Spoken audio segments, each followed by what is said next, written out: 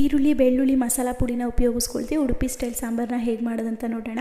ಮೊದಲಿಗೆ ಅರ್ಧ ಕಪ್ ಆಗೋಷ್ಟು ತೊಗರಿಬೇಳೆನ ಚೆನ್ನಾಗಿ ತೊಳೆದು ಅದನ್ನು ಕುಕ್ಕರ್ಗೆ ಹಾಕ್ಕೊಂಡು 3 ಕಪ್ ಆಗೋಷ್ಟು ನೀರನ್ನು ಹಾಕಿ ಸ್ವಲ್ಪ ಅರಿಶಿನ ಸೇರಿಸ್ಕೊಂಡು 3 ವಿಷಲ್ ಕೂಗಿಸ್ಕೊಳ್ಳಿ.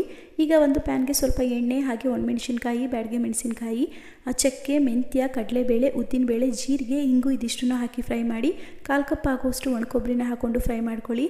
ಈಗ ಇದಕ್ಕೆ ಸ್ವಲ್ಪ ಧನಿಯಾ ಪುಡಿನ ಹಾಕ್ಕೊಂಡು ಫ್ರೈ ಮಾಡಿಕೊಂಡು ಮಿಕ್ಸರ್ ಜಾರ್ಗೆ ಹಾಕಿ ಸ್ವಲ್ಪ ನೀರನ್ನು ಸೇರಿಸಿ ರೀತಿ ನುಣ್ಣಗೆ ಪೇಸ್ಟ್ ಮಾಡ್ಕೋಬೇಕು. ಈಗ ಒಂದು ಕಡಾಯಿ ಇಟ್ಕೊಂಡು ಅದಕ್ಕೆ ಬೇಯಿಸಿರುವಂತಹ ಬೇಳೆನ ಹಾಕ್ಕೊಂಡು ಮಂಗಳೂರು ಸೌತೆಕಾಯಿನ ಹಾಕಿ ಚೆನ್ನಾಗಿ ಬೇಯಿಸ್ಕೊಳ್ಳಿ. ಮಂಗಳೂರು ಸೌತೆಕಾಯಿ ಎಲ್ಲ ಬೆಂದ ಮೇಲೆ ಅದಕ್ಕೆ ಪೇಸ್ಟ್ ಮಾಡಿ ಇಟ್ಟಿದ್ದಂತಹ ಮಸಾಲಾನ ಹಾಕ್ಕೊಂಡು ಸ್ವಲ್ಪ ಹುಣಸೆಹಣ್ಣಿನ ರಸ ಸೇರಿಸಿ ಸ್ವಲ್ಪ ನೀರನ್ನು ಸೇರಿಸಿ ರುಚಿಗೆ ಬೇಕಾದಷ್ಟು ಉಪ್ಪನ್ನು ಹಾಕ್ಕೊಂಡು ಮಿಕ್ಸ್ ಮಾಡಿಕೊಂಡು ಸ್ವಲ್ಪ ಬೆಲ್ಲನ ಹಾಕಿ ಲಿಡ್ನ ಕ್ಲೋಸ್ ಮಾಡಿ ಇದನ್ನು 10 ನಿಮಿಷ ಕುದಿಸ್ಕೊಳ್ಳಿ. ಈಗ ಇಲ್ಲಿ ಪಕ್ಕದಲ್ಲಿ ನಾನು ಒಗ್ಗರಣೆನ ಮಾಡ್ಕೊಳ್ತಾ ಇದ್ದೀನಿ. ಸಾಸಿವೆ, ಒಣಮೆಣಸಿನ್ಕಾಯಿ, ಕರಿಬೇವು, ಇಂಗು ಇದಿಷ್ಟನ್ನು ಹಾಕ್ಕೊಂಡು ಒಗ್ಗರಣೆ ಮಾಡಿ ಕುದಿತಾ ಇರುವಂತಹ ಸಾಂಬಾರ್ಗೆ ಹಾಕಿದ್ರೆ ಉಡುಪಿ ಸ್ಟೈಲ್ ಸಾಂಬಾರು ರೆಡಿ ಆಗೋಯ್ತು. ಸೊ ವಿಡಿಯೋ ಇಷ್ಟ ಆಗಿದ್ರೆ ಲೈಕ್ ಮಾಡಿ.